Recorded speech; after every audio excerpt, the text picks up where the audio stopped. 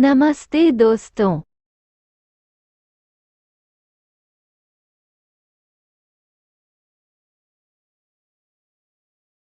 आत्मा सम्मान और आत्मा प्रेम भय के विपरीत हैं। जितना अधिक आप खुद को पसंद करते हैं, उतना ही कम आप किसी चीज से डरते हैं। एक समय में एक काम करो। दिन की शुरुआत उन चीजों की सूची के साथ करें जिन्हें आपको करना है, और सबसे महत्वपूर्ण काम पहले करें। एक कल जो कब का गुजर चुका है, और एक कल जो अभी तक आया नहीं है। हमारे पास केवल आज ही है। तो चलिए अभी से शुरुआत करते हैं। किसी संगठन का ढांचा 100 पैरों वाले एक कनखजुरा की तरह होना चाहिए, और यहाँ एक या दो पैरों को नहीं गिना जाता। अतः यदि मैं एक या दो पैर खो भी दूं, तो भी यह संगठन चलता रहेगा और विकास की प्रक्रिया जारी रहेगी। ईश्वर से बात करने की इच्छा बेतुकी है।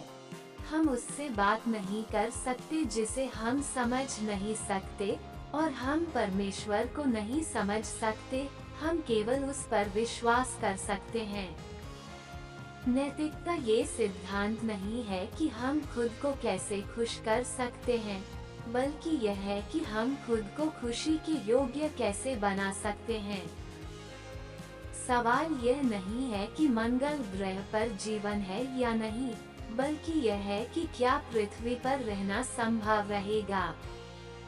ऐसा समाज जो किसी ऐसे व्यक्ति के जीवन की मांग करने को तैयार नहीं है जिसने किसी और का जीवन लिया है, वह केवल अनैतिक है। ईश्वर के सभी संभावित ज्ञान का कुल योग मनुष्य के लिए संभव नहीं है, यहाँ तक कि एक सच्चे रहस्योद्घाटन के माध्यम से भी नहीं। लेकिन ये देखना सबसे योग्य पूछताछों में से एक है कि हमारी बुद्धि परमेश्वर के ज्ञान में कितनी दूर तक जा सकती है।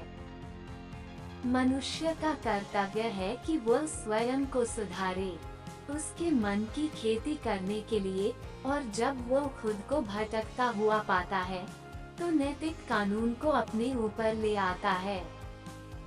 मनुष्य और उसकी नैतिक प्रगति की क्षमता के बिना संपूर्ण वास्तविकता एकमात्र जंगल, व्यर्थ की वस्तु होगी, और इसका कोई अंतिम उद्देश्य नहीं होगा। दुष्ट स्त्री बुद्धिमान व्यक्ति के शरीर को भी निर्बल बना देती है। अपमानित होके जीने से अच्छा मरना है। मृत्यु तो बस एक क्षण का डैख देती है, लेकिन अपमान हर दिन जीवन में डैख लाता है। जब आप किसी काम की शुरुआत करें, तो असफलता से मत डरें और उस काम को ना छोड़ें। जो लोग ईमानदारी से काम करते हैं वो सबसे प्रसन्न होते हैं। सेवक को तब परखें जब वह काम ना कर रहा हो, रिश्तेदार को किसी कठिनाई में, मित्र को संकट में, और पत्नी को घोर विपत्ति में। सर्प, नृप, शेर, डंक मारने वाले ततया, छोटे बच्चे, दूसरों के कुत्तों, और एक मूर्ख, इन सातों को नींद से नहीं उठाना चाहिए। फूलों की खुशबू हवा की दिशा में ही फैलती है, लेकिन एक व्यक्ति की अच्छाई चारों तरफ फैलती है। नरक के 3 द्वार होते हैं: वासना, क्रोध और लालच। मेरा तेरा, छोटा बड़ा, अपना पराया, मन से मिटा दो, फिर सब तुम्हारा है और तुम सबके हो। धरती पर जिस प्रकार मौसम में बदलाव आता है, उसी प्रकार जीवन में भी सुख दुख आता जाता रहता है। मैं भूतकाल, वर्तमान और भविष्य काल के सभी जीवों को जानता हूँ, लेकिन वास्तविकता में मुझे कोई नहीं जानता है। जो दान कर्तव्य समझकर, बिना किसी संकोच के, किसी जरूरतमंद व्यक्ति को दिया जाए, वह सात्विक माना जाता है।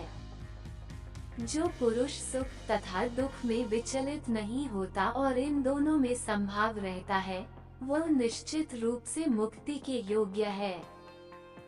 कर्म वह फसल है जिसे इंसान को हर हाल में काटना ही पड़ता है, इसलिए हमेशा अच्छे बीज बोए ताकि फसल अच्छी हो। जो लोग भक्ति में श्रद्धा नहीं रखते वे मुझे पा नहीं सकते, अतः वे इस दुनिया में जन्म मृत्यु के रास्ते पर वापस आते रहते हैं। मैं धरती की मधुर सुगंध हूँ, मैं अग्नि की ऊष्मा हूँ, सभी जीवित प्राणियों का जीवन और सन्यासियों का आत्मसंयम भी मैं ही हूँ। वह जो सभी इच्छाएं त्याग देता है और मैं और मेरा की लालसा और भावना से मुक्त हो जाता है, उसे शांति प्राप्त होती है। मेरे लिए ना कोई घृणित है ना प्रिय, किंतु जो व्यक्ति भक्ति के साथ मेरी पूजा करते हैं वो मेरे साथ हैं और मैं भी उनके साथ हूँ।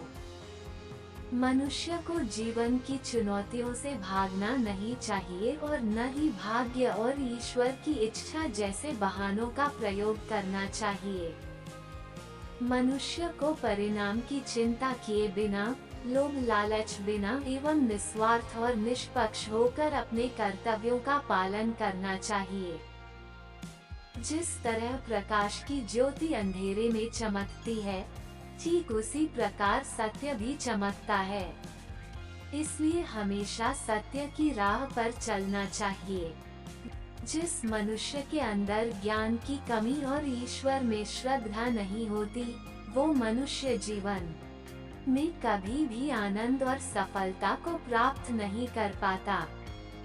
जब जब इस धरती पर पाप, अहंकार और अधर्म बढ़ेगा, तो उसका विनाश कर धर्म की पुनः स्थापना करने हेतु मैं अवश्य अवतार लेता रहूंगा।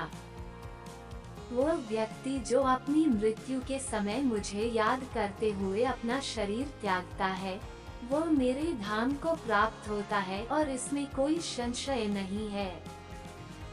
जन्म लेने वाले के लिए मृत्यु उतनी ही निश्चित है जितना कि मृत होने वाले के लिए जन्म लेना।